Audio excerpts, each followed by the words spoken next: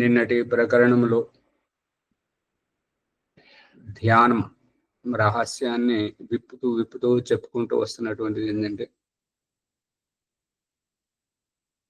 యోగా పేరుతోటి ఆసనాలు, శారీరక అవయవాల కదలిక, దాంతోటి ఆ తర్వాత శ్వాసను వ్యవస్థితం చేయడానికి ప్రాణాయామం, ఆ తర్వాత మనస్సును నిలకడ చేయడానికి మానసిక ఏకాగ్రత అని, మరియు ఇంకా ఆ తర్వాత ఇష్టదేవత అని చెప్పేసి, ఇదంతా దేహము బయట జరుగుతున్నటువంటి అభిప్రాయం. ఈ దేహం బయట జరుగుతున్నటువంటిది దేహమే కాదు, దేహమునే ఒలిచి రక్త మాంసాలను అస్థి పంజరమును ఒలిచి ఆత్మతత్వంను పట్టుకోజేయడానికి ఈ శ్వాసను సైతం స్తంభింపజేసి స్తంభవృత్తి ప్రాణాయామం ద్వారా విషయరహితం చేసి నిర్విచార స్థితికి తీసుకెళ్ళి తత్ర ఏకతానత ధ్యానం అని అనిపింపజేయడమే దీని యొక్క సారాంశం. ఇప్పుడు తర్వాతి ప్రకరణంలోకి వెళ్తే శ్వేతాశ్వతర ఉపనిషత్తు. ఇంకో సందేహం వచ్చేసి, ఇప్పుడు యోగాలో అంటే శ్వాస మీద ధ్యాస పెట్టి చేయండి ధ్యానం అంటారు. మళ్ళీ బ్రుకుటి రెండు కనుమ బొమ్మల మధ్య దృష్టి నుంచి చేయమంటారు. అది ధ్యానం అంటారా? అమ్మగారు, మీది ఒక సందేహం అడిగారు, ఆ ఎపిసోడ్ లో అలాగే ఉండిపోయింది. విశ్వాసం పట్ల ఒకసారి మళ్ళీ అడగండి. అది చెప్పుకున్న తర్వాత ఆచార్యజీ, సర్వేభ్యో నమో నమః ఆచార్యజీ. నమస్తే. అడగండి పుష్పమ్మ గారు. విశ్వాసం గురించి అడిగారు కదండి. నమ్మకం, విశ్వాసం పట్ల ఇంట్లో వాళ్ళ మీద నమ్మకం ఉండకూడదు అని చెప్పారు కదా. నమ్మకం ఉండదు అని అన్నారు. ఇంట్లో వారి పైన ఏదైనా పని అప్పగిస్తే వారు చేస్తారని నమ్మకం ఉంటుంది అని చెప్పి అంటారు. అది ఎంతవరకు? దీని అభిప్రాయం ఏంటంటే, వారి గురించి మనకు తెలుసు. ఏదైనా కంపెనీలో ఇంట్లోకి పని మనిషి వచ్చినా, ఏదైనా కంపెనీలో ఉద్యోగస్తులు కావాలి అని ఇంటర్వ్యూకు పిలిచి ఇంటర్వ్యూ చేయడం అంటే వారి వ్యక్తిత్వాన్ని పరిశీలించడం. ఏ యోగ్యత ఉంది, ఏం చేయగలుగుతుంటావు, ఏమిటి అని పరీక్షించి పనిలో పురమాయించుకోవడం. పరీక్షించాల్సిన అవసరం ఏమిటి అంటే వారి గురించి తెలియదు.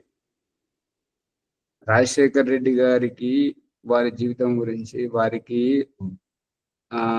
గవర్నమెంట్ జెడ్ కేటగిరీ సురక్ష ఉంది వారికి. ఆ పైలట్ ప్రభుత్వం ద్వారానే నియమించబడినటువంటి వాడు, సెక్యూరిటీ. అయినా అది ఎక్కేటప్పుడు అడుగుతున్నాడు ఏంటంటే, ఏమయ్యా గమ్యానికి చేరుకుంటుందా క్షేమంగా అని. అంటే అపనమ్మకం వల్లనే తన సందేహ నివృత్తి చేసుకోవడం. ఇప్పుడు ఇంటి వాళ్లకు భర్త గురించి తెలుసు, భార్య గురించి తెలుసు, పిల్లల గురించి తెలుసు. కాబట్టి వారికి యోగ్యమైనటువంటి పనులు వారికి అప్పగించినప్పుడు వారికి నువ్వు చేయగలవు కదా, నువ్వు ఇదివరకు చేసావు కదా, చేస్తావు కదా, చేయగలవు, చేసావు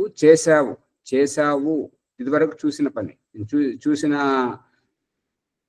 అనుభవాన్ని చెప్పడం. చేసావు కదా, చేస్తావు కదా అంటే ఎప్పుడు అవసరమైతే అప్పుడు ఇలాగే చేస్తావు కదా, నువ్వు చేయగలవు, నీలో ఆ సామర్థ్యం ఉంది. ఇది నమ్మకం.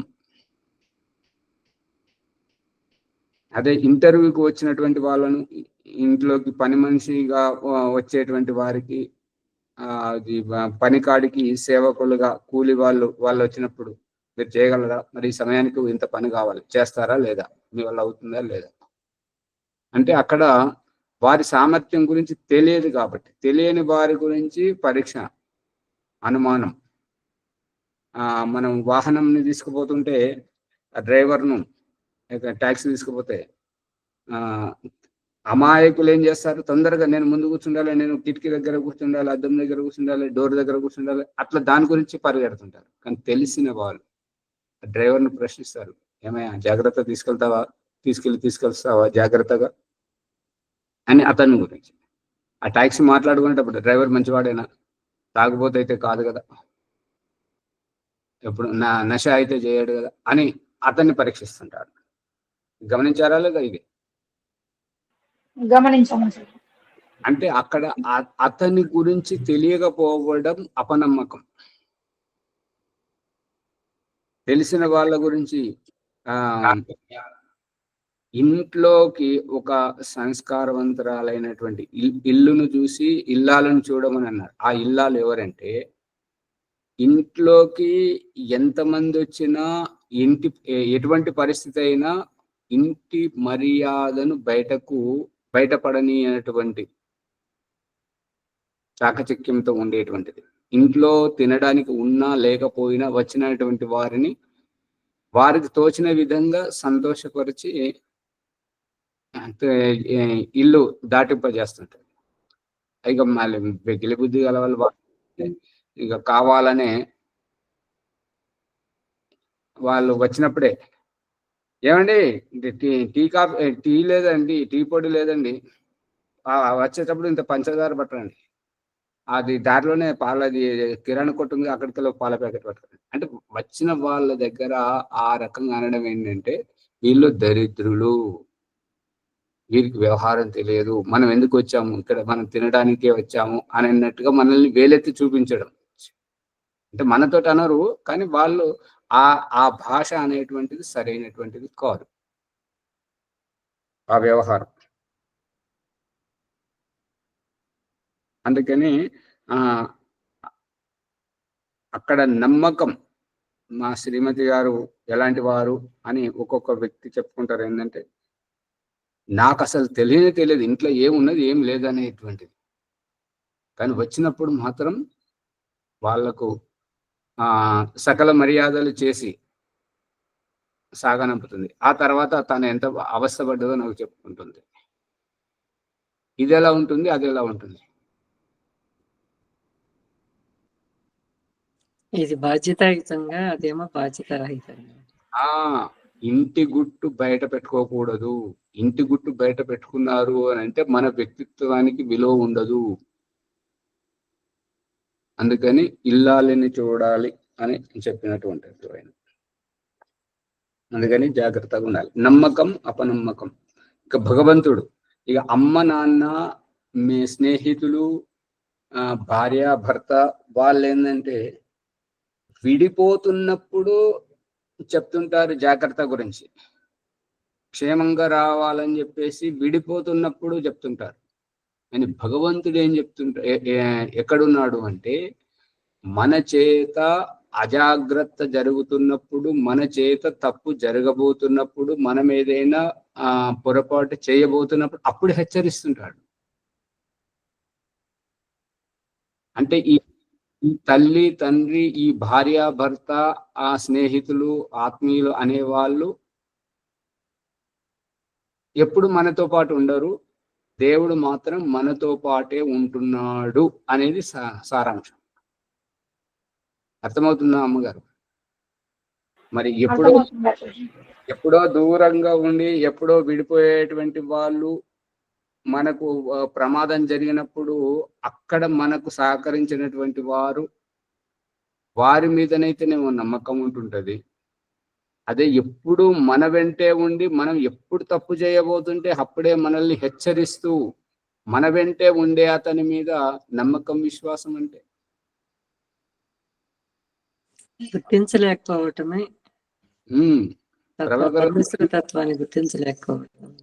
పట్టుకుంటున్నారా శ్యామలయ్య గారు, ప్రభాకర్ గారు? పట్టుకుంటున్నాం తెలుసుకుంటాం. భగవంతుడు ఎప్పటికీ మన దగ్గర ఉంటాడు కాబట్టి భగవంతుడి మీద డౌట్ ఉండొద్దు. అతడు జన్మకు మన వెంటే ఉంటున్నాడు. అందుకే దయానంద సరస్వతి సంధ్యోపాసన ప్రారంభము, అగ్నిహోత్ర ప్రారంభం, అమృత ఉపస్తరణమసి, ఓ అమృత స్వరూప, నీ చెంతను కాదని, నీ సాన్నిధ్యాన్ని కాదని, స్వర్గాన్ని కాదని నా వెకిలి బుద్ధితోటి నేను జన్మాంతరంలో ఈ జన్మకు వచ్చిన ఇక్కడ కూడా నా జన్మను చేరదీయడానికి అనుగుణముగా వ్యాపకుడవై రారమ్మని నా కోసం ఈ యొక్క ఉపస్తరణంగా పరుచుకున్నావా స్వామి? అర్థమవుతుందా? అవుతుందో అదే శిశువు ఆత్మభావన అప్పుడే మొదలవుతుంది. మళ్ళీ అమృత అపిధానమసి, నాకు పడకగా పరుచుకున్నావు, నా మీద ఏదైనా సూక్ష్మ క్రిములు దాడి చేయకూడదని చెప్పేసి అపిధానం ఆకాశ దుప్పటిపై ఆవరించి ఉన్నావు. దీని అభిప్రాయం అర్థం చేసుకున్న వారికి అర్థమవుతుంటది. కేవలం అమృతోపసరణ నీళ్లు తాగే వారికి అర్థం కాదు. అర్థమవుతుందా? ఈ అంతరార్థం తెలియని వాళ్ళు నీళ్లు తాగాలి. అంతరార్థం తెలిసినటువంటి వారు, ఇప్పుడు ఏదైనా అర్థం కాని సమస్య వచ్చినప్పుడు నీళ్లు నములుతారంటారు కదా, అదే ఇది. ఈ నీళ్ళు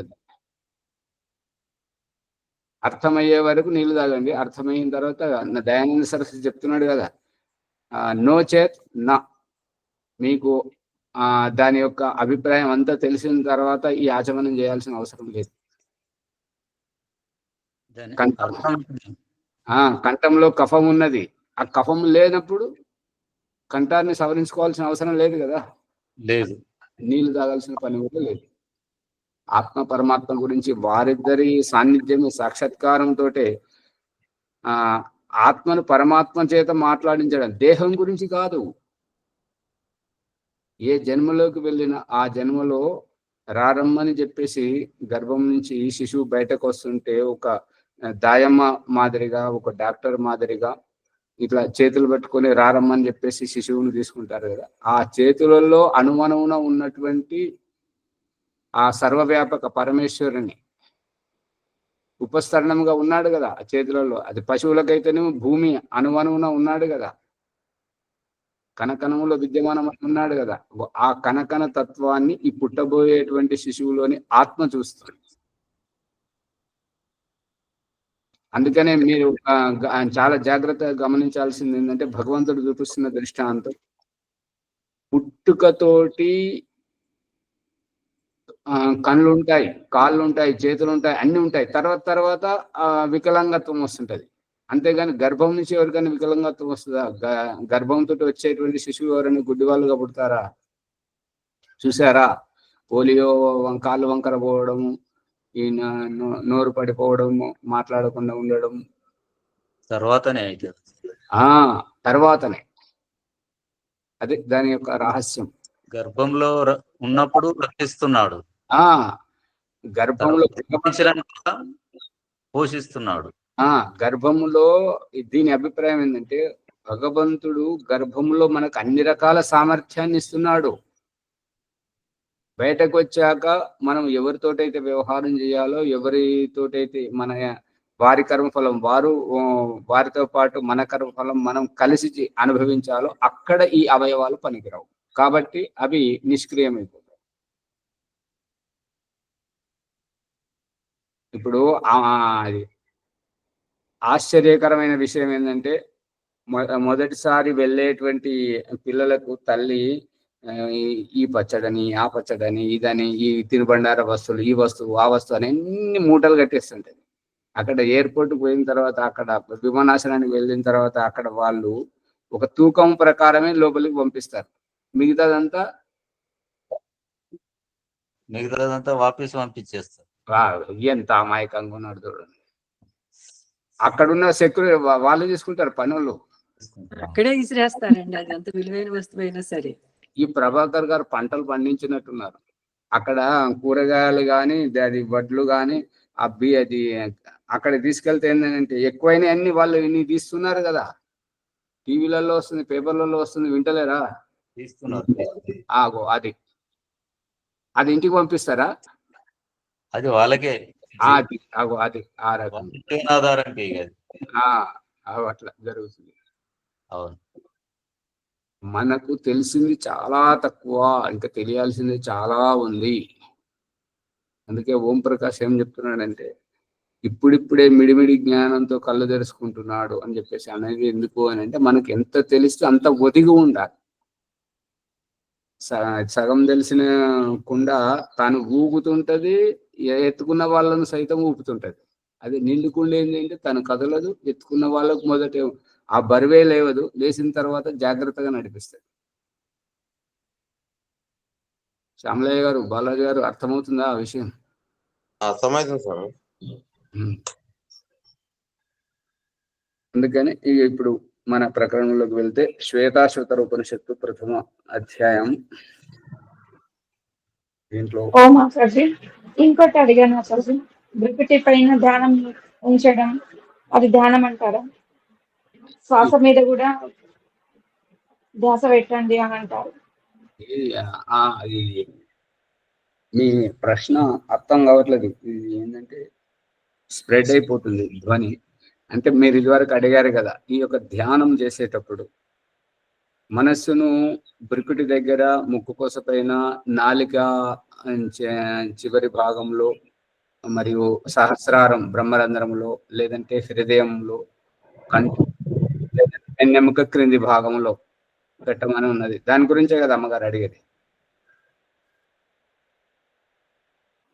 అవునా సార్? సరే, అదే ఇది కూడా అంతే.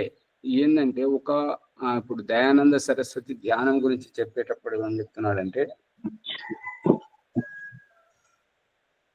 ఒక దీపం కాంతి, దీపము వెలుగుతున్నప్పుడు మండేటువంటి ఆ మంట మీదనే దృష్టి పెట్టాలి. ఈ ప్రకరణం ఎందుకు వచ్చిందంటే, ఉపనిషత్తులలో వస్తుంటది ఏంటంటే అంగుష్ట మాత్ర పురుష రవితుల్య రూప.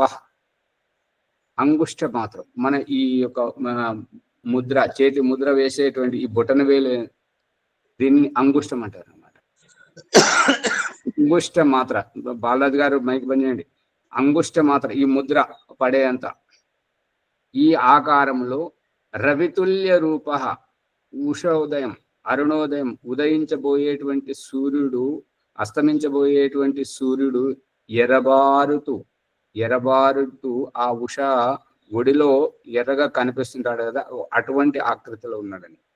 ఈ రహస్యాన్ని ఇంకా చూడాలి అంటే ఓం ప్రకాష్ ఇహపరలోకంలో సచిత్రంగా చూపించాడు, చూడండి.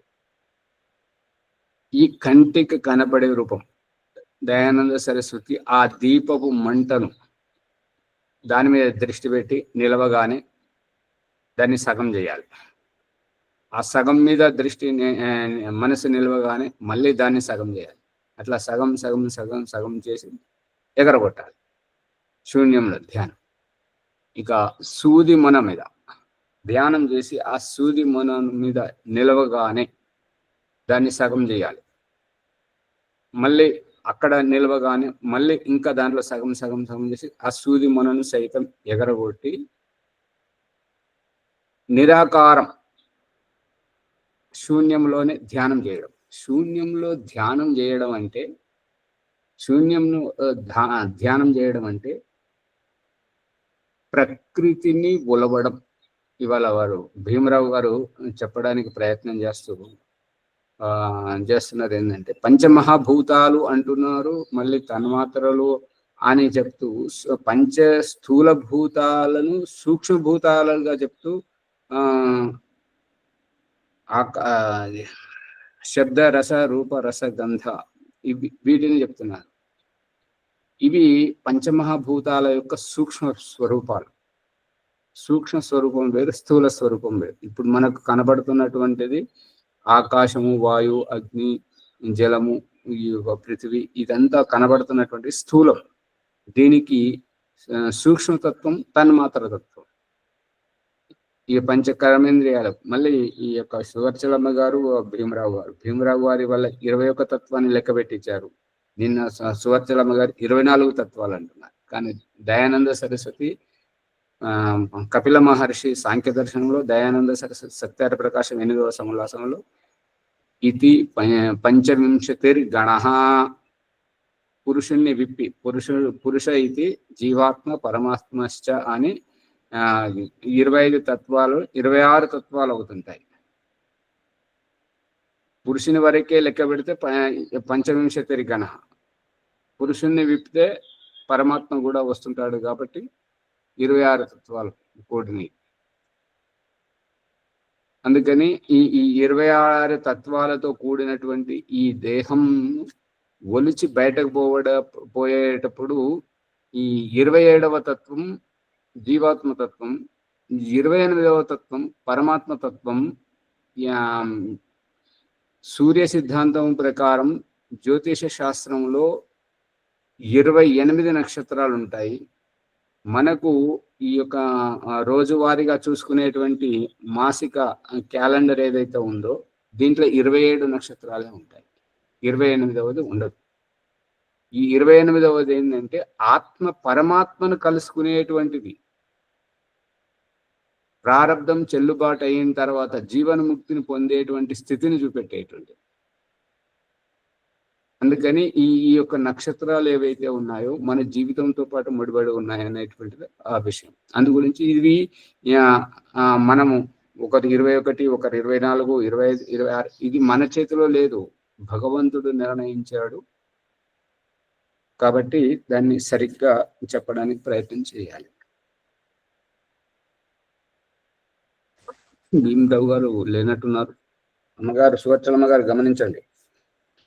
ఇంకా ఈ బ్రికుటి స్థానం కనబడే రూపం, పుష్పమ్మ గారు, బ్రికుటి రూపం కనబడే రూపం, భౌతిక రూపం, దృష్టి రూపం, నాలుక రూపం, నాలుక ముక్కు కొస భాగం, నాలుక ముందు భాగం, ఇది కనబడే రూపం, స్థూల రూపం, కంఠకూపం, హృదయ స్థానం, నాభి చక్రం, సహస్రారం, ఇవన్నీ భౌతికమైనటువంటి దేహ అవయవాలు. ఇవి కనబడేటువంటివి. దీనిని బొలవడం సాక్షాత్కారంలో ఈ యొక్క బ్రికుటి కనిపిస్తుంది, సహస్రారం కనిపిస్తుంది, బ్రికుటి కనిపిస్తుంది, కంఠం కనిపిస్తుంది, హృదయ స్థానం కనిపిస్తుంది, నాభి కనిపిస్తుంది. వెన్నెముక క్రింది భాగం కూడా మనం అస్థిపంజరం చూసినప్పుడు ఆ గరిటె, మనం వంట చేసేటప్పుడు గరిటెని ఎక్కడైతే పట్టుకుంటున్నామో ఆ పుచ్చ భాగం అంటే తోక భాగం, ఈ గుండులాగా ఉండేటువంటిదేమో తల భాగం, ఈ యొక్క వెన్నెముక కింది భాగం అనేటువంటిది అక్కడ మనం గరిటె పట్టుకొని తిప్పుతుంటాం కదా, ఆ కింది భాగం.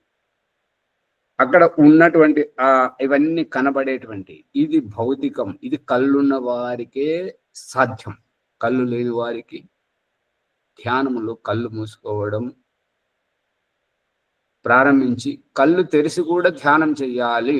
కళ్ళు తెరిచి కూడా ధ్యానం చేయాలి అని అంటే ఈ యొక్క వ్యావహారికంగా బీరిపోవడం అనేటువంటి వ్యవహారంలో ఆ యొక్క తన్మయత్వంతో తల్లీనమైపోయినటువంటి వారు కళ్ళు చూస్తూనే ఉంటాయి, కానీ వాళ్ళ ముందు జరగకూడని అనర్థాలన్నీ జరిగిపోతుంటాయి. ఆత్మీయులు ఎవరైనా తెలిసిన వారు, ఏంటి ఇలా ఉన్నావు, ఏంటి నీ ముందు జరుగుతున్నావు అంటే వాళ్ళు ఒలిక్కిపడి లేచి చెయ్యితో తట్టినప్పుడే ఒలిక్కిపడి లేస్తుంటారు, లేదా గట్టిగా శబ్దం వచ్చినప్పుడు ఒలిక్కిపడి లేస్తుంటారు. లేచి ఏంది ఇలా జరిగింది అంటే నాకు తెలియదు, నేను చూడలేదు అంటే, కళ్ళు తెరిసే ఉన్నాయి కదా, చూస్తున్నావు కదా అని అంటే వారికి ఇక్కడ ధ్యాస లేదు, పరాధీనంలో ఉన్నారు, తన్మయత్వ భావంతో ఉన్నారు, ఇంకొక విషయంలో తన్మయత్వ భావంతో ఉన్నారు కాబట్టి ఇక్కడిది పసిగట్టలేకపోయారు. ఆ విధంగా ఈ ధ్యానంలో కళ్ళు మూసుకొని చేసిన తర్వాత, కళ్ళు మూసుకొని చేయడంలో ఆరంభించినప్పుడు ఈ ధ్యానము కళ్ళు తెరిచి చేసినా కూడా వారి ఆత్మ ఏ స్థితిలో ఉంటుందో ఆ విషయాన్నే పట్టుకుంటుంది, కానీ ఈ యొక్క విషయం పట్ల ఏది ఆసక్తికరంగా ఉండదు. ఉదాహరణగా మనము దారి పక్కన ఇల్లు ఉన్నప్పుడు లేదా వాహనంలో మనం యాత్ర చేస్తున్నప్పుడు ఎంతో మంది కనబడుతుంటారు, ఎంతో మంది ఎవరినో తిట్టుకుంటుంటారు, ఏదో మాట్లాడుకుంటూ పోతుంటారు, మనకి ఏమి దాంతో పట్టింపలేదు. కుక్కలు మొరుగుతున్నా ఏది చేసినా కానీ ఏది లేదు. ఆ మొరిగే కుక్క మనల్ని చూసి మొరిగినప్పుడు, లేదా మనకు కావలసిన ఆత్మీయులు కనబడ్డప్పుడు, లేదా మనల్ని ఎవరో పిలుస్తున్నప్పుడు, దానిని పసిగట్టినప్పుడు అప్పుడు మనం వారి పట్ల ఆసక్తికరంగా ఉంటుంటాం. ఇక్కడ జరుగుతున్నటువంటిది ఏంటంటే ఈ స్థూలం, ఈ పిలుపు, ఈ కుక్కలర్పుడు, ఇదంతా కనబడే రూపాన్ని, ఇది స్థూలం. కానీ కనబడని శ్వాసను సైతం స్తంభింపజేసి స్తంభ వృత్తిలో ఆత్మ పరమాత్మల ఉనికిని పట్టుకోజేయడం. అర్థమవుతుందమ్మ గారు? ఇక బ్రికిటి స్థానం, సహస్రార స్థానం ఎక్కడుంది? ఈ యొక్క స్థానాలు కంటికి కనబడేటువంటివి. ఇప్పుడు మరి ఈ కంటికి కనబడేటువంటిదే నిజమైతే మరి విరజానందునికి ఈ యొక్క వైదిక జ్ఞానం అనేటువంటిది ఎట్లా తెలుసు?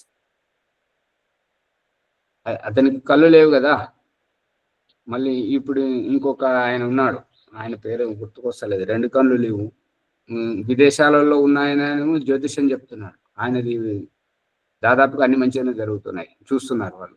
ఇప్పుడు ఇంకొక అతను ఉన్నాడు, అదేదో స్వామి మోదీ గారికి బాగా పరిచయస్తాడు, పేరు గుర్తొస్తలేదు, లావుగా ఉంటాడు. ఈ వైష్ణవ సంప్రదాయంలో ఉంటాడు అనమాట. 3 నామాలు పెడుతుంటాడు కదా, ఏదో నారాయణ స్వామి అయితే ఉంది. అతను చిన్నజీయర్ స్వామి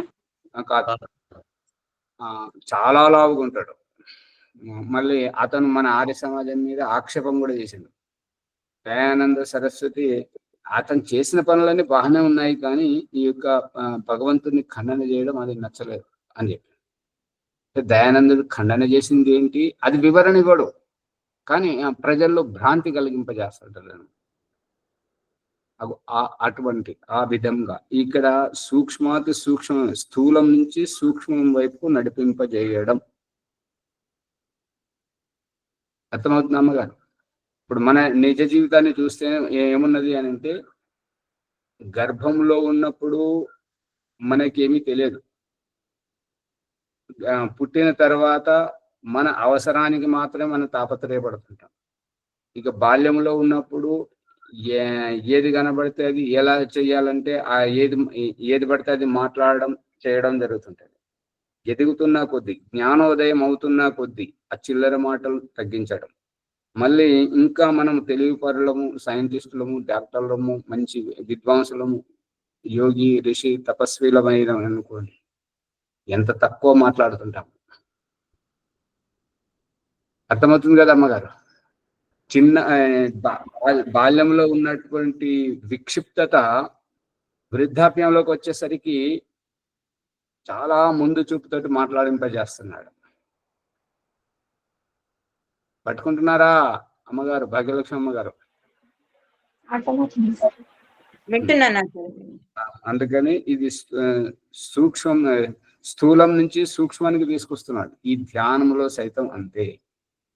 ఈ అవయవాలను కదిలించి వేసేటువంటి ఆసనాలు, శ్వాసను నియంత్రించే ప్రాణాయామము, మనసును నిలకడ చేయాలనేటువంటి మానసిక ఏకాగ్రత, మరియు ఈ యొక్క బ్రికుటి, సహస్రారం, కంఠకూపం, హృదయ స్థానం, ఈ యొక్క స్థానాల్లో మనసును నిలకడ చేయడం, మరియు శ్వాసనే స్తంభింపజేసి దేహాన్ని ఒలిచి దేహిని పట్టింపజేయడం.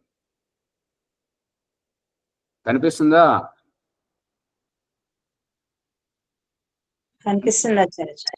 ఇక ఇష్టదేవుడు అన్నది ఇంకా స్థూలం. అర్థమవుతుందా? మనల్ని ఇవన్నిటి, ఈ ప్రకరణాలు అన్నింటి ద్వారా ఏంటంటే మనకు విషయాన్ని అందించి దేని గురించి అయితే మనం ధ్యానం చేస్తున్నామో, దేని గురించి అయితే ఈ జన్మలోకి వచ్చామో, ఆ ఆత్మతత్వం, ఆ పరమాత్మ తత్వం నుంచి మనల్ని దిగ్భ్రమితం చేయడానికి ఈ ఆసనాలు, ఈ ప్రాణాయామము, ఈ యొక్క మనసును ఏకాగ్రం చేయడం, మరియు ఈ యొక్క అంగముల పైన దృష్టి పెట్టడం, మనసు నిలకడ చేయడం, మరియు ఇవంతా. అర్థమవుతుంది అమ్మగారు? దేహమును ఒలవాలి. దేహమును ఒలిస్తే దేహి బయటకు వస్తాడు. మరి దేహము అన్నప్పుడు పంచమభూతాలతో కూడుకున్నటువంటి భౌతిక శరీరం బ్రికుటి, కంఠకూపం, సహస్రారం, హృదయం, నాభి, ఇవన్నీ ఒక దిగ్భ్రమితం చేయడమే. అందుకని భగవంతుడేమో సూటిగా చెప్తున్నాడు, మనుష్యుడేమో పొరబడుతున్నాడు. అంతే తేడా. మనము లోతుగా రావాలి, ఆధ్యాత్మికం వైపు రావాలి అని అంటేనేమో భగవంతుడు వేలు పట్టుకోవాలి. ఏ రకంగానైతే మనం పూర్తిగా అసమర్థ స్థితిలో ఉన్నప్పుడు తల్లి గుడిలో మాత్రమే పడుకోబెట్టాడు. కొద్దిగా కోలుకొని లేచిన తర్వాత తండ్రి వేలు పట్టిస్తున్నాడు. ఇంకొద్దిగా మేలుకునేసరికి గురువు దగ్గరికి పలకా బలపంతో అక్కడికి చేరుస్తున్నాడు. అర్థమవుతుంది కదా? తర్వాత సమాజం. అందుకని మనం స్థూలం నుంచి సూక్ష్మానికి వెళ్ళాలి, దేహాన్ని ఒలవాలి. అలాంటప్పుడు ఏవి ఈ యొక్క దీపపు కాంతి గాని, సూదిమున గాని, ఇష్టదేవుడు గాని, భృకుటి గాని, ఇవన్నీ కొట్టవి అనేటువంటిది అభిప్రాయం. ధన్యవాదాలు.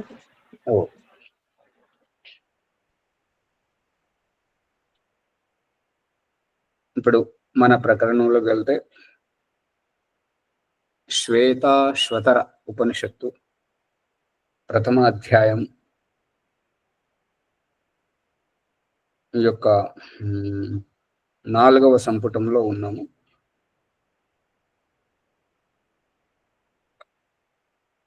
అనేది నిన్నటి విషయం ఈ కాలం దగ్గరికి వచ్చి ఆగిపోయాం. కాలం భగవంతుడు కాల అంతర్భూతమా కాలాతీతమా? కాలాతీతం. గడియారము కనిపెట్టినటువంటి వారు, గడియారాన్ని కనుగొనేటువంటి వారు, గడియారం దాని యొక్క ఆకృతిని రూపొందిస్తున్నటువంటి వారు, డిజైన్ చేస్తున్నటువంటి వారు ఆ కాలంలో ఉంటారా, ఆ గడియారంలో ఉంటారా, గడియారానికి వేరుగా ఉంటారా? గడియారానికి వేరుగానే ఉంటారు. అందుకని ఈ భూతము, వర్తమానము, భవిష్యత్తు అని, భూతకాలము, వర్తమాన కాలము, భవిష్యత్ కాలము అనేటువంటివి మన మిడిమిడి జ్ఞానం కలిగినటువంటి మనకు, జీవాత్మలకు, అంతేగాని పరమాత్మకు కాదు. అందుకనే ఏంటంటే ఈ యొక్క సైకిల్ మోటారు, ఈ యొక్క రథము, గుర్రబండి, ఈ చక్రాలు ఏవైతే ఉన్నాయో ఇరుసు మీద నడిపించి చూపించడం సెంట్రల్ ఎక్సెల్. ఆ ఇరుసు మీద నడిపించి చూపించడం ఏంటంటే ఈ కాలచక్రం అనేటువంటిది ఈశ్వరుని యొక్క ఆధీనంలో ఉంది. ప్రభాకర్ గారు మైక్ బంద్ చేయండి స్వామి. ఈ యొక్క ఏకనేమి ఏక అంటే ఒకటి, నేమి అంటే ఆ సెంట్రల్ ఎక్సెల్, ఇరుసు, రథం చక్రం యొక్క ఆ బుడ్డి, దానికి ఈ యొక్క నెలలు ఇవన్నీ ద్వాదశార, ఈ 12 నెలలు అనేటువంటి చైత్ర, వైశాఖం, జ్యేష్ఠం, ఆషాఢం, శ్రావణం, భాద్రపదం, ఆశ్వీజం, కార్తీకం, మార్గశిరం, పుష్యం, మాఘం, ఫాల్గుణం అనేటువంటి ఈ 12 నెలలు. ఇవన్నీ సూర్యుడు ఎట్లా పయనిస్తూ పోతుంటే ఆ ప్రభావం ఈ యొక్క జీవాత్మల మీద పడుతూ ఉంటుంటాయి. ఈ యొక్క రాశులలో సూర్యుడు ప్రయత్నిస్తూ ఉంటుంటాడు. చిత్ర నక్షత్ర సంయోగంలోకి వెళ్ళినప్పుడు చైత్రమాసం, విశాఖ నక్షత్రంలోకి వెళ్ళినప్పుడు వైశాఖ మాసం. ఈ రకంగా ఈ నక్షత్రాలు, ఈ రాశుల యొక్క మకర రాశి సంయోగంలోకి వెళ్ళినప్పుడు సూర్యుడు శరీరం పేలిపోవడం, పగిలిపోవడము, దురద లేవడము, ఇవన్నీ జరుగుతుంటాయి. గమనించారా? అందుకని ఆ దురద పోవాలి, ఆ పేలిపోయేతనం పోవాలి అని చెప్పేసి అప్పుడు నువ్వుల పంట పండించి నువ్వుల వంటకాలు తినిపిస్తున్నాడు. ఈ నువ్వుల విషయంలో ఒక కథ ఏంటంటే మనోరంజకమైనటువంటి కథ. తిలా పాపం తలా పిడికెడు, విన్నారు కదా ఇదివరకు. ఎలా విన్నాం సార్. విన్నాం. విన్నామని చెప్పింది కదా మీరు ఇందాక అయిపోయింది కదా ఎంతమంది విన్నాము. సరే సరే, ఇంకా విన్నారు కాబట్టి ఇక ముందుకు కూడా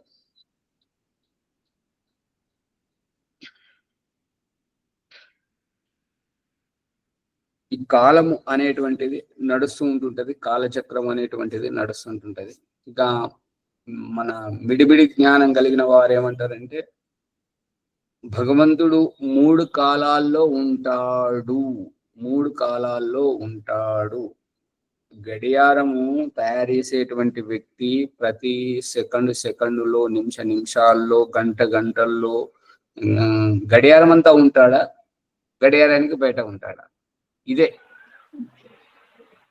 భగవంతుడు త్రికాలాతీతుడు. త్ర్యంబకం యజామహే త్ర్యంబకం యజామహే సుగంధిం. ఈ త్ర్యంబకం యజామహే సుగంధిం పుష్టివర్ధనం ఉర్వారుకమివ బంధనాత్ మృత్యోర్మోక్షీయ మామృతాత్. త్ర్యంబకం యజామహే సుగంధిం పతివేదనం ఉర్వారుకమివ బంధనాత్ ఇతో మోక్షీయ మామృతః. ఈ త్ర్యంబకం అంటే భూత భవిష్యత్ వర్తమాన ఈ 3 కాలాలకు అతీతమైనటువంటి వాడు పరమేశ్వరుడు. కాలంలో ఉండేవాడు కాదు, కాలాతీతంగా ఉండేటువంటి వాడు. అర్థమవుతుంది కదా? అందుకని భగవంతునికి తోటి ఈ యొక్క భగవంతుడు 3 కాలాల్లో ఉంటాడు, 3 కాలాలను చూస్తాడు అన్నది బాగుంది. ఈ యొక్క సృష్టి వ్యవస్థను చేసినప్పుడు ఈశ్వర స్తుతి 2వ మంత్రం 2వ చరణంలో సాధాధార పృథివీ దాధార నియంత్రించడం. ఒక వాహనం నడిపేటువంటి అతను దాన్ని ప్రారంభించి ఆ చక్రం, స్టీరింగ్ను, క్లచ్, గేరు అన్ని నియంత్రించుకుంటూ వాహనాన్ని క్షేమంగా తీసుకొస్తుంటాడు. ఆ విధంగా సాధాధార ఈ యొక్క సూర్యచంద్ర నక్షత్ర గోళాలన్నింటినీ భగవంతుడు సృష్టించి వాటిని వ్యవస్థితంగా నడిపిస్తున్నాడు. ఇంకా అది ఆషామాషి తమాషగా కాదు. ఏనా ఉగ్రాహ పృథివీచ దృఢా. ఉట్టి మీద పెట్టినటువంటి వస్తువును ఉట్టి ఏ రకంగానైతే దృఢంగా సురక్షితంగా పట్టుకుంటుంటుందో ఆ విధంగా ఈ పృథివీ సూర్యకిరణాలతోటి దృఢంగా ఉన్నది, బంధించబడి ఉన్నది. అందు గురించి ఇది కదలడానికి, గతి తప్పడానికి వీలు లేదు అని అభిప్రాయం. కాలాత్మ యుక్తాని అధితిష్ఠతి ఏకః. ఈ కాలాత్మయుక్తమైనటువంటి ఈ యొక్క వ్యవస్థను అధిగమించి అధితిష్ఠతి ఏకః.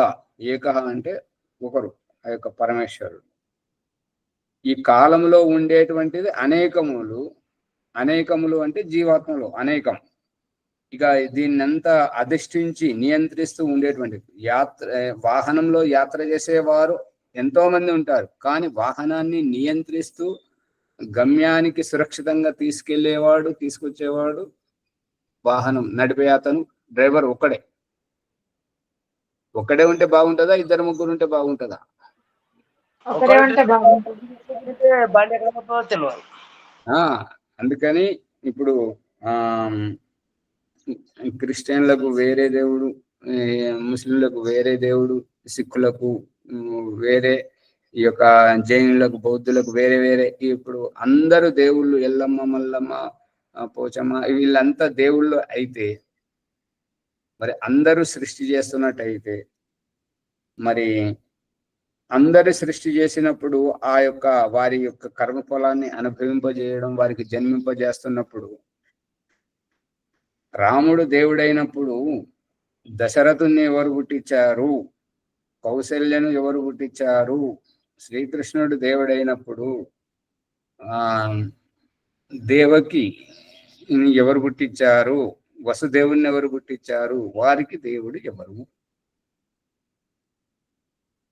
అర్థమవుతుందా? మరి అందుకే ఇదంతా మన మిడిమిడి జ్ఞానం, మనం ఏర్పరచుకున్నటువంటి ఇవన్నీ.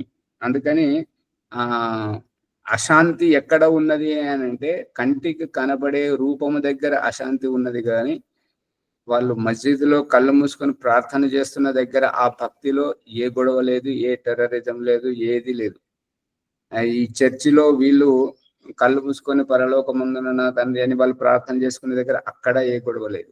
గుళ్ళో వీళ్ళు కళ్ళు మూసుకొని భగవంతుడా మమ్మలను ఈ పాపాల నుంచి రక్షించు, మాకు ఇటువంటి ఈ వరాలు ఇవ్వు, ఇది అది ఇవ్వు అని చెప్పేసి వాళ్ళు మొక్కుకునేటప్పుడు అక్కడ భక్తిలో గురుద్వారాలో సిక్కులు, ఇక వాళ్ళు బౌద్ధ ఆరామంలో బౌద్ధులు, మహావీరులు, వాళ్ళందరూ ప్రార్థించేటప్పుడు అందరూ కళ్ళు మూసుకుంటున్నారు, అందరూ భక్తిలో ఉంటున్నారు. అక్కడ ఏమైనా గొడవలు జరుగుతున్నాయా? అక్కడ గొడవలు లేవు. మరి నువ్వు నేను హిందువు, ముస్లిము, క్రిస్టియను, సిక్కు, జైనుడు, బౌద్ధుడు అనేది ఎప్పుడు కనబడుతుంది అంటే కళ్ళు తెరిచిన చోట. కళ్ళు తెరిచిన చోటని ఆ కళ్ళకే కనపడుతున్నది కాఫిర్. అర్థమవుతుందా? అంటే ఇస్లాం ఉన్నవారు కాఫిర్ అని, ఆ కళ్ళకు కనబడుతున్నటువంటి ఆ వ్యక్తిని, ఆ కళ్ళకు కనబడుతున్నటువంటిదే కనబడితేనే క్రిస్టియన్ అని, ముస్లిం అని, హిందూ అని, రూపం అంతా కళ్ళు తెరిస్తే కనబడుతుంది. అక్కడ గొడవ. కళ్ళు మూసుకునే చోట సబ్కా మాలిక్ ఏక్ హే, అందరి దేవుడు ఒక్కడే. కళ్ళు మూసుకునే చోట. కళ్ళు తెరిచిన చోట ఈ యొక్క అశాంతి, నువ్వు నేను, నా దేవుడు గొప్ప, నా ధర్మం గొప్ప, నా ధర్మ గ్రంథమే గొప్ప, నీదంతా ఇన్ని తప్పులున్నాయి, ఇట్లున్నాయి, అట్లున్నాయి, అది అంత. అంతేనా? ఇంకేమైనా ఉందా? అంతే. ఈ సమాజం అంతా ఈ కళ్ళు తెరిచి చూసిన దగ్గర, రూపం దగ్గరే అశాంతిమయంగా ఉంది. ఈ బాంబులు పెట్టి పేల్చడము, నువ్వు హిందువా ముస్లింవా, లేదు నేను ఫలానా అంటే, లేదు నువ్వు బట్టలిప్పు, నువ్వు సుంతి చేసుకుంటేనేమో ముస్లిం, నిన్ను వదిలేస్తావు, నువ్వు చేసుకోకపోతే నేను చంపేస్తావు. పట్టుకుంటున్నారా లేదా? కనబడే రూపం దగ్గర అశాంతి. కనబడే రూపాన్ని వదిలేయాలి. కనబడేది నిజం కాదు. నిన్న లేనిది ఇవాళ కనబడుతుంది, రేపు ఉంటుందో లేదో తెలియదు. అటువంటి దాని గురించి మన జీవితాన్ని ఆగం చేసుకోవద్దు అనేటువంటిదే ఈ ఆధ్యాత్మికం. ఇక్కడ వింటున్నటువంటి వాళ్ళు, యూట్యూబ్లో వినేటువంటి వాళ్ళు, మీరు మంచి వాళ్ళు అయితే, మీరు గొప్పవారు అయితే, మీ పిల్లలకు ఒక మతతత్వాన్ని నేర్పించకండి, భగవతత్వాన్ని, భక్తిని నేర్పించండి, వాళ్ళ భక్తి మార్గం చెప్పండి. అంతేగాని ఒక క్రిస్టియన్గా, ఒక ముస్లింగా, ఒక హిందువుగా ఒక రూపాన్ని ఇచ్చి వాళ్ళను బావిలో కప్పలాగా మిడిమిడి జ్ఞానంతో పెంచకండి. ఆ రకంగా వాళ్ళను ఒక మిడిమిడి జ్ఞానంతో పెంచితే మీ అంత శత్రువులు ఇంకొవరు ఉండరు. భగవంతుడు అందరి దేవుడు ఒక్కడే. అందుకని మనము సర్వవ్యాపకుడైనటువంటి, సర్వ అంతర్యామి అయినటువంటి దేవుడేడు ఉన్నాడు అంటే, నీకు నువ్వు తప్పు చేస్తున్నప్పుడు నీకు భూగులు పుట్టిస్తుంటాడు కదా, భయపెడుతుంటాడు కదా, చేయొద్దని చెప్పేసి. అతడే దేవుడు. నిన్ను కాపాడుతున్నాడు కాబట్టి అతడే దేవుడు. ఈ గుళ్ళో ఉన్నవాడు కాదు, ఈ మసీదులో ఉన్నవాడు, ఆ చర్చిలో ఉన్నవాడు కాదు. నీ జీవితాన్ని కాపాడుతున్నటువంటి, ప్రతి ఒక్కరి హృదయంలో ఉండి అందరినీ కాపాడుతున్నాడు, హెచ్చరిస్తున్నాడు. కాబట్టి అతన్ని నమ్మాలని చెప్పేసి పిల్లలకు అటువంటి విషయమే చెప్పాలి, అటువంటి జ్ఞానోదయమే కలిగించాలి.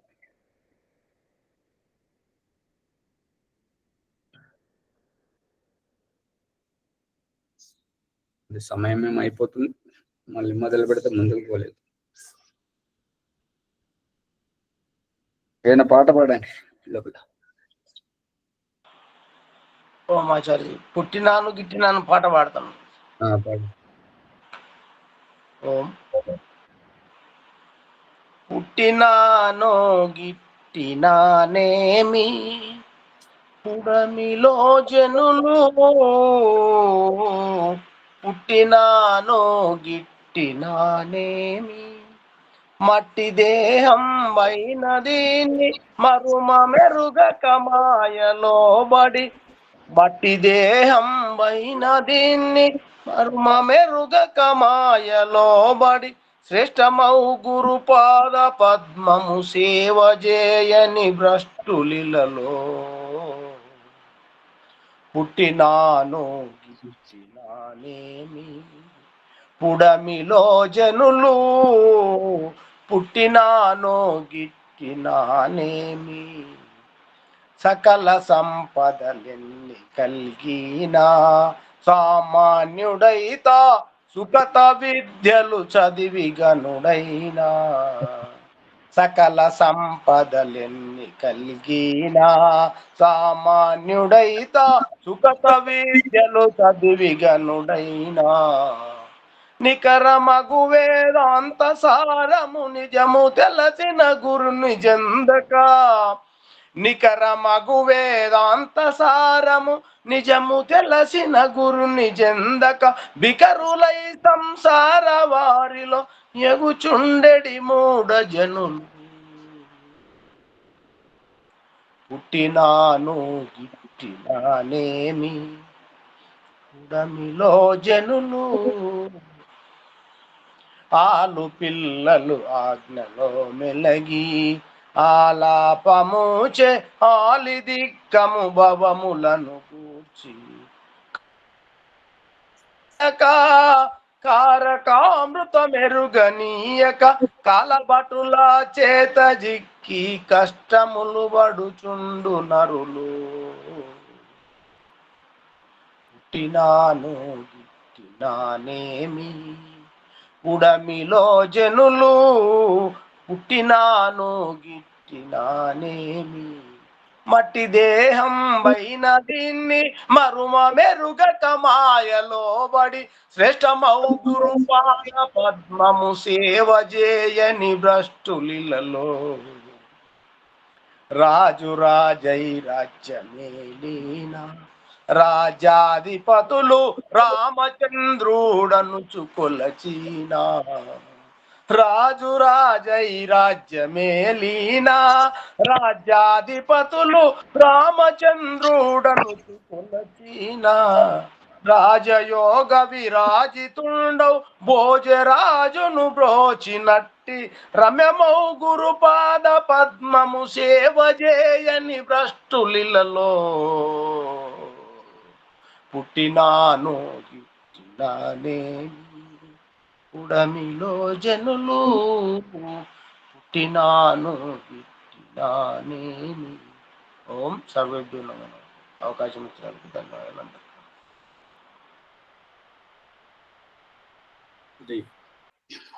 ఒక సూచన ఏంటంటే ఈ ఆశ్రమం వాళ్ళు ఎవ్వరు వస్తలేరు, సహకరిస్తలేరు కాబట్టి నిన్న చెప్పేయడం జరిగింది. నేను వేరే వ్యవస్థ చూసుకుంటున్నాను. ఈవిడ తిరిగి వచ్చి గొడవ పెట్టుకుంటున్నది, రోజు పొద్దున సాయంత్రం గొడవతోటి మనస్థితి లేకుండా ఉంటున్నది కాబట్టి ఇంకా వేరే చోట చూసుకుంటున్నాను. అందుకని నిన్ననే చెప్పాలనుకున్నా కానీ నిన్న ప్రహ్లాద్ గారు రాలేదు, వెళ్ళిపోయారు. శ్యామలయ్య గారికి చెప్పలేదు అని అనొద్దు, ఎందుకంటే అందరికీ తెలియాలి కాబట్టి. ఏమాత్రం సహకరించట్లేదు. మళ్ళీ వాళ్ళు గొడవ పెట్టుకున్నా, ఇన్ని చెట్లు కొట్టేసినా ఇక్కడికి వచ్చేది లేదు, అడిగేది లేదు. ఓం జెండుని తీసేసినా అడిగే నాయకులు లేడు, మనం అడగడానికి హక్కు లేదు. వాళ్ళు ఆ ఇష్టం వచ్చినట్టు మాట్లాడుతున్నది, గొడవ పెట్టుకుంటున్నది కాబట్టి వ్యవస్థ వేరే చూసుకుంటుంది. విశ్వమ్మ గారు ముందుకు తీసుకెళ్ళండి. ఓం నమస్తే సర్వజ్ఞ నమో నమః.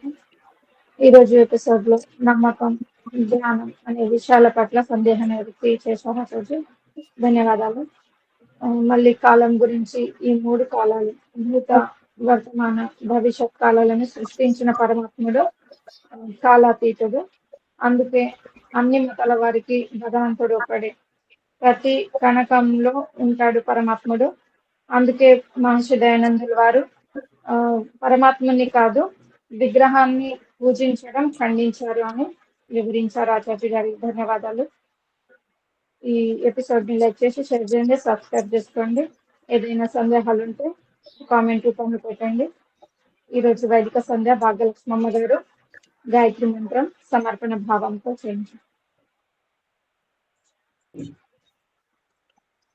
ఓం నమస్తే ఆచార్య. సర్వభ్యో నమః ఆచార్యజీ. అందరికీ నమస్తే. అథవైదిక బ్రహ్మ సందేహం. ఓం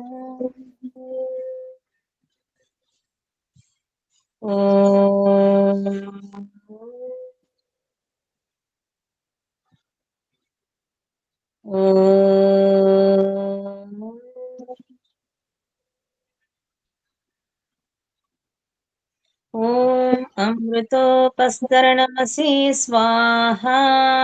ఓం అమృత అపిధానమసి స్వాహా. ఓం సత్యం యశః శ్రీర్మై శ్రీః శ్రయతాం స్వాహా.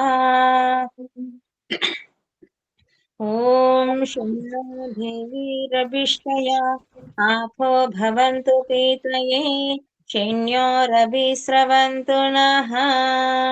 ఓం వాక్ వాక్. ఓం ప్రాణః ప్రాణః. ఓం చక్షుః చక్షుః. ఓం శ్రోత్రం శ్రోత్రం. ఓం నాభిః. ఓం హృదయం. ఓం కంఠః. ఓం శిరః. ఓం బాహుభ్యాం యశోబలం. ఓం కరతలకరపృష్ఠే. ఓం భూః పునాతు శిరసి. ఓం భువః పునాతు నేత్రయోః. ఓం స్వః పునాతు కంఠే. ఓం మహః పునాతు హృదయే. ఓం జనః పునాతు నాభ్యాం. ఓం తపః పునాతు పాదయోః. ఓం సత్యం పునాతు పునః శిరసి. ఓం కం బ్రహ్మ పునాతు సర్వత్ర. ఓం భూః. ఓం భువః. ఓం స్వః. ఓం మహః. ఓం జనః. ఓం తపః. ఓం సత్యం. ఓం ఋతం చ సత్యం చాభిధాత తపసోద్యజాయత. తతో రాత్ర్యాజాయత తతః సముద్రో అర్ణవః. ఓం సముద్రాదర్ణవాదది సంవత్సరో అజాయత. అహోరాత్రాణి విదదదిశ్వస్య మిషతో వశి. ఓం సూర్యచంద్రమసౌ దాత యథా పూర్వమకల్పయత్. దివం చ పృథివీం చంతరిక్షమతో స్వః. ఓం షణ్ణో దేవీరభిష్టయా ఆపో భవంతు పీతయే శైన్యోరభిస్రవంతు నః. ఓం ప్రాచీ దిగగ్నిరధిపతిరసితో రక్షితాదిత్యా ఇషవః. తేభ్యో నమోధిపతిభ్యో నమో రక్షితృభ్యో నమః ఇషుభ్యో నమః ఏభ్యో అస్తు. యోస్మాన్ వేష్టియం వయం దిష్మస్తం వోజంబే దద్మః. దక్షిణాదిగింద్రోధిపతి స్థిరచ్చిరాజిరక్షిత పితర ఇషవః. తేభ్యో నమోధిపతిభ్యో నమో రక్షితృభ్యో నమః ఇషుభ్యో నమః ఏభ్యో అస్తు. యోస్మాన్ వేష్టియం వయం దిష్మస్తం వోజంబే దద్మః. ప్రతీచి దిగ్వర్ణోధిపతిః వృధాకు రక్షితాన్నమిషవః. తేభ్యో నమోధిపతిభ్యో నమో రక్షితృభ్యో నమః ఇషుభ్యో నమః ఏభ్యో అస్తు. యోస్మాన్ వేష్టియం వయం దిష్మస్తం వోజంబే దద్మః. ఉదీచి దిక్ సోమోధిపతిః స్వజో రక్షిత శనిరిషవః. తేభ్యో నమోధిపతిభ్యో నమో రక్షితృభ్యో నమః ఇషుభ్యో నమః ఏభ్యో అస్తు. యోస్మాన్ వేష్టియం వయం దిష్మస్తం వోజంబే దద్మః. ధ్రువా దిగ్విష్ణురధిపతిః కల్మాషగ్రీవో రక్షిత వీరుదైషవః.